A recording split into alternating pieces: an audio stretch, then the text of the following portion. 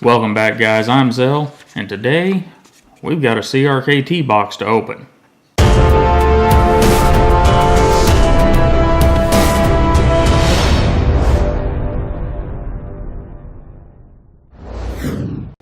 So here's our Cricket box, guys, and inside we have a Homefront, product of Taiwan. So let's get it open and see what we've got. We got this looks like our little Homefront card, but that's got our instructions on how to get it apart. We want to have it closed, slide the lever, rotate the little wheel on the end, and pull the knife apart to easily clean. Alright. And then reverse to reassemble. Good enough. And then of course we've got our Cricket paperwork. What are they? Oh no, this is kind of funny. Check this out. How to find food in the wild. Look for edible plants. Eat bugs. Find a tree where squirrels are hiding nuts and use the Parasaw survival bracelet to cut it down and raid their stash. Designed by Ken Onion in Hawaii, of course. So here we have our guy, our little squirrel up here. Squirrel's hanging out there in the tree going, oh my god, he's cutting my tree down. And we have this guy with his parasaw cutting a tree down, and it looks like it's going to fall right on top of him. Awesome. Anyhow, let's get to the knife. Here we go. Oh, hang on. This is freaking funny. Check this out. We have what's supposed to be a field strip technology toolless disassembly and reassembly knife, and they sent us a tool. I assume yes for the pivot, but still, they sent a tool with a toolless knife. It's nice to have it, but kind of funny. Anyhow, let's get the knife out and see what we've got. Alright, so the outside of the knife we have aluminum, and got a big decorative pivot over here that hides our mechanism, and I like the shape of that, our flipper tab. That's pretty nice. A regular Torx head here, and a one position pocket clip, tip up right hand only. That's not so good. Do have another little Torx here, and we have a kind of neat design here. They say that it's reminiscent of World War I or World War II. I did some Google lookup at images of World War I and II knives. I didn't really find anything that matched these. But, you know, with our tank tread here, and our kind of bayonet-looking flipper tab, I suppose. Anyhow, still, pretty cool-looking knife. Well, we should probably see if it works. We'll see. Hey, what do you know? It does work. And if I remember right, this thing's running on Teflon, so that's pretty impressive. Let's get a look at our blade. And it's supposed to be about 3.5 inches. I'll stop and do some measurements before we talk about the knife. But pretty nice. Got a nice swedge up here. Kind of a groove. Some would call it a blood groove, I suppose. And it does have kind of that whale design, if you will. Belly gets thicker and it comes back, but it's not a recurve. More of a... But, you know, that's alright. That's better than Ken Onion's normal recurves. Those can be a real pain in the butt to sharpen. And there we have it. It says Ken Onion Homefront, patent pending Ken Onion Designs on that side. Has the model number right here. And then over here on the other side says CRKT or Cricket First Production. Alright, well let's go through and see if this thing does what it says it's supposed to do. We're supposed to be able to flip that and twist this. I watched the video from CRKT before I done this, so I was educated. And lift this off, which it does, quite nice.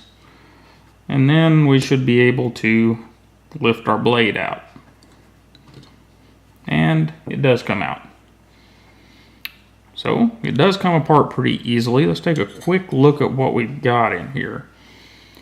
On this side we have our inset liner lock. And this little star right here, if we can get a focus, there we go. That has a small, fairly fine thread screw on it that's going into the other scale. So that's how we're holding it together at the back end of the knife. And then here at the front of the knife, our pivot has this groove cut all the way around in it, and it's hex shaped up here. And then we have our blade stop, which rides in this groove here. And let's have a look. We're running on Teflon, so let's see, I bet that pops out. It does. So our Teflon washers are set in there. If you can see, yeah, see how that's cut? The Teflon fits snugly in there. And also we can see here where that the hex from the pivot slides into that. And then I don't know if we can see what happens. Let's see if I can manipulate this and we can see what happens down in there. Yeah, if you look real close, you can see that hex turns with the lever, and that allows the knife to lock back together. So anyhow, let's put this little Teflon washer, snap it back in place. And that will be, if you buy one of these, that will be one thing you'll have to watch if you do take it apart and put it back together. So make sure these little Teflon washers stay in place. So anyhow, let's attempt to put it back together. Supposed to put it back together closed, which means you're going to have some pressure from that lock bar. But let's try it this way. Spin our little wheel back here till it's nice and snug, and then squeeze together back here. And you need to have your finger over the pivot screw and it should snap shut, and it did. So it does come apart pretty easily and it still works pretty good. And let's see here. This was one of my worries. Blade centering is really good for especially a knife that comes apart that easily. Well guys, I'm going to take a few minutes, get some measurements off this thing and run some numbers, and then please stick around. You're going to want to, I think you're going to want to hear what I've got to say about the rest of the knife from the desk. So I'll be right back with you.